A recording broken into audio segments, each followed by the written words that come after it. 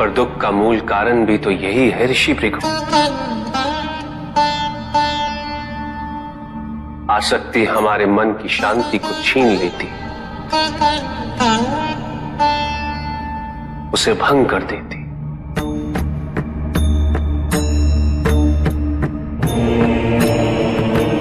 हमारी बुद्धि को स्थिर नहीं रहने देती, उसे चंचल बना देती।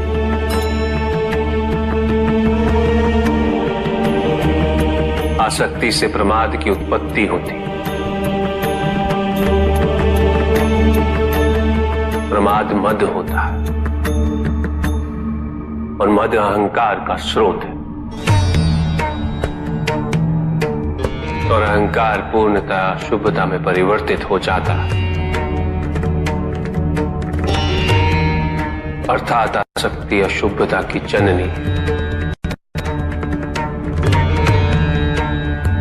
इसलिए अनावश्यक है। तो प्रभु, आसक्ति को अनासक्ति में कैसे परिवर्तित किया जा सकता है? और हम आसक्ति से कैसे उबर सकते हैं प्रभु? आसक्ति से मुक्त होना ही अनासक्ति है। आसक्तिहीन होने के लिए अपने और पराये का भेद मिटाना अनिवार्य है।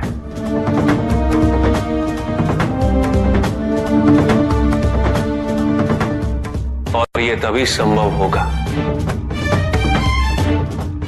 जब हम सुख की खोज बाहर नहीं, अपने भीतर करें। जब हम यथार्थ को पहचानें, उसे स्वीकार करें।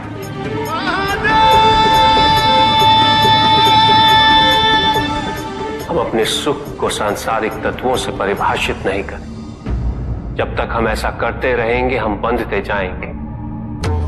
जब हम स्वयं अपने भीतर झांकना आरंभ करेंगे,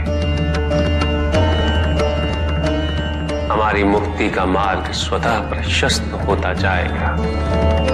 महादेव, आपने हमें दुख का कारण तो बता दिया। प्रभु, ये विवाह मुझे स्वीकार्य नहीं है प्रभु। मैं मेरे जीवन का प्रत्येक क्षण आपकी सेवा में समर्पित करना चाहता हूं। मैं नहीं चाहता हूं कि मेरा कोई भी संबंध मेरे भक्ति को विभाजित या बाधित करने का कारण बने। नंदी, विवाह तुम्हें मेरी भक्ति के लिए अयोग्य कैसे बना देगा? उसमें बाधा कैसे उत्पन्न कर देगा? माता, आपके और प्रभु के बीच में इतनी चुनौतीपूर्ण स्थितियां उत्पन्न हुई, फिर भी आप दोनों स्थिर रहे। किंतु मेरे लिए यह संभव नहीं है माता, क्योंकि मैं अपने दायित्व के मार्ग में कोई भी विकर्षण सहन ही नहीं कर सकता। नंदी, मेरे एक प्रश्न का उत्तर दोगे? पहले तो तुम केवल मेरे प्रति ही समर्पित थे, किंतु अब तुम मेरे साथ साथ पार्वती की भी आराधना करते हो।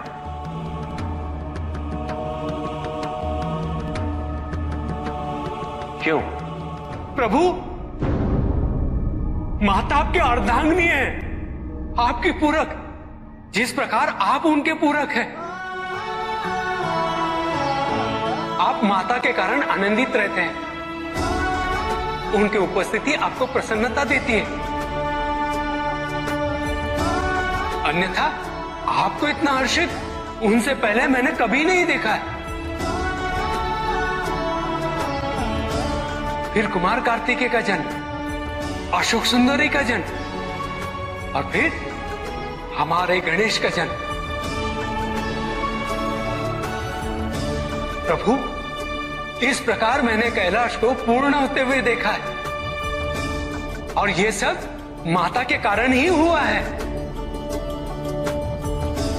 प्रभु, जिस कैलाश में आप वास करते थे, उसे माता ने निवास बना दिया, इस कैलाश को संपूर्ण कर दिया।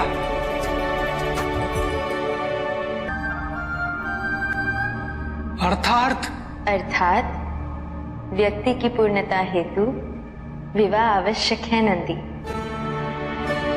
जैसे स्वामी और हम एक दूसरे के पूरक हैं, उसी प्रकार तुम्हारी अर्धांगिनी और तुम एक दूसरे के पूरक बनोगे। विवाहित जीवन की अनुभूति, परिवार का सुख, उसके सुख और उसकी सुरक्षा के लिए संघर्ष, ये सभी अनुभूतियां व्यक्ति के विकास के लिए अनिवार्य है नंदी। किंतु प्रभु, मेरी स्वतंत्रता। स्वतंत्र तो वो नहीं है नंदी जो विवाह के विचार से भयभीत होते हैं या संकोच करते हैं, क्योंकि स्वतंत्रता तो वो है जो किसी भी विचार से प्रभावित ना हो, किसी भी सुख, किसी भी दुख से प्रभावित ना हो। और जो व्यक्ति इतना तटस्थ हो, जागरूक हो, उसकी स्वतंत्रता को तो विवाह से भी प्रभावित नहीं होना चाहिए। और फिर क्या गणेश, कार्तिकेय और अशोक सुंदर, ये सभी विवाह उपरांत परिवर्तित हो गए। क्या उनका विवाहित होना उनकी भक्ति और उनके समर्पण में बाधा बन गया नंदी? उनकी स्वतंत्रता में बाधा बन गया? क्या अपने माता पिता के प्रति उनका प्रेम और उनका सेवा भाव घट गया नंदी? फिर मेरे एक और पुत्र को ये चिंता क्यों?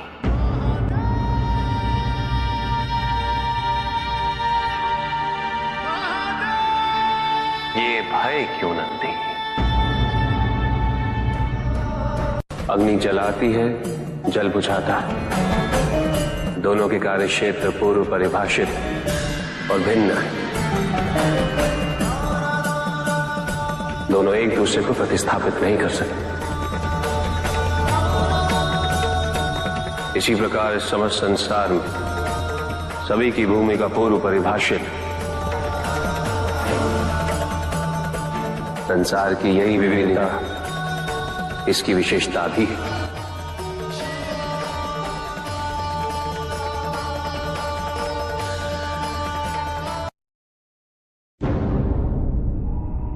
सृष्टि के निर्माण उपरांत एक बार नारायण ने तप के लिए महादेव से उत्तम स्थान के निर्देश की याचना की। महादेव ने अपनी प्रेरणा से समस्त तेज संपन्न अत्यंत शोभायमान पंचकोशी नगरी का निर्माण किया।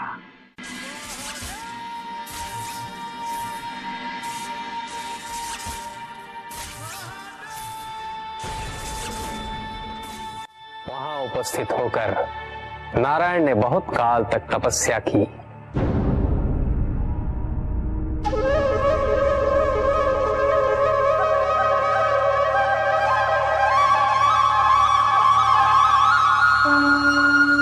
नारायण की तपस्या के अनंतर ही उस क्षेत्र में महादेव की कृपा से अनेक नदी नद सरिताएं उत्पन्न हुई।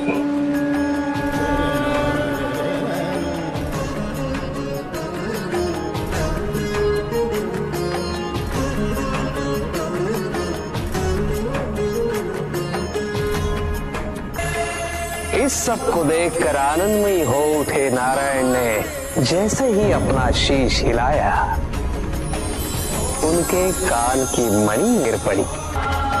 मणिकर्णिका के उस पंचकोश वाले विस्तृत क्षेत्र को महादेव ने अपने त्रिशूल पर धारण किया। महादेव ने अपनी शक्ति से उस पंचकोशी तीर्थ को सभी 14 लोकों से पृथक रखा और आगे इन सब से अलग उसको मृत्युलोक में स्थापित किया। नारायण की ये मणिकर्णिका हमारे द्वारा निर्मित इस विश्व में स्थान पाए और और सभी जीवों को हमारी ओर लाने का साधन बने। महादेव, आपने कहा था कि आप इसे इस लोक में स्थापित करेंगे। अब समय आ गया है। महादेव की कृपा से उस मणिकर्णिका का विस्तार पंचकोश तक हो गया। ये मणिकर्णिका पंचकोश की काशी बनकर इस पृथ्वी पर सदैव रहेगी। यह अविनाशी है, चिरकाल तक। सृष्टि के अंत के पश्चात भी इसका अंत नहीं होगा। ये भूमि मुझे सदैव प्रिय रहेगी। यहां तप करके स्वयं नारायण तीनों लोकों को प्रकाशित किया, इसीलिए ये मुझे अत्यंत प्रिय है। मैं इसे कभी भी नष्ट और विनष्ट नहीं होने दूंगा। ब्रह्मदेव, जब संसार के आवर्तन के पश्चात प्रलय आएगा, मैं इस काशी को पुनः अपने त्रिशूल पर धारण करूंगा और नवीन संसार में पुनः स्थापित करूंगा। और यहां मेरा अस्तित्व सदैव रहेगा।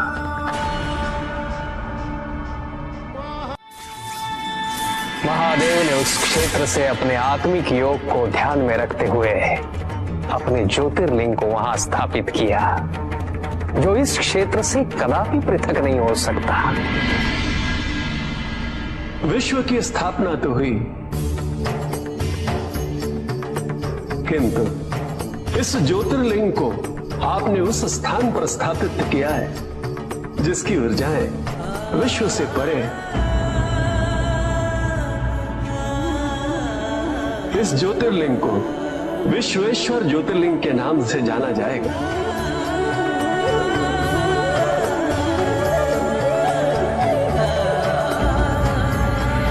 महादेव उस काशी को अपने त्रिशूल पर प्रलय और अनिष्ट की स्थिति में धारण कर उसका संरक्षण करते रहते हैं।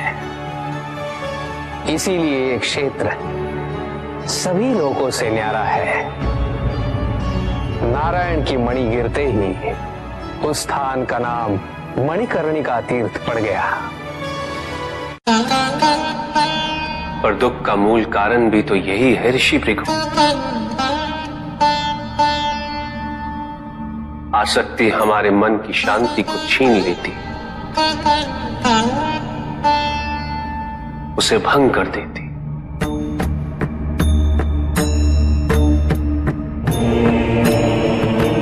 हमारी बुद्धि को स्थिर नहीं रहने देती, उसे चंचल बना देती।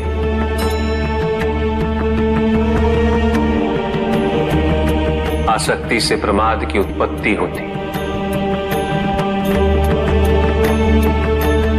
प्रमाद मद होता है और मद अहंकार का स्रोत है।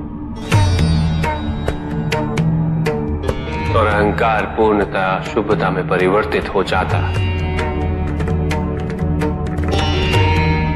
अर्थात आसक्ति अशुभता की जननी। इसलिए अनावश्यक है। तो प्रभु, आसक्ति को अनासक्ति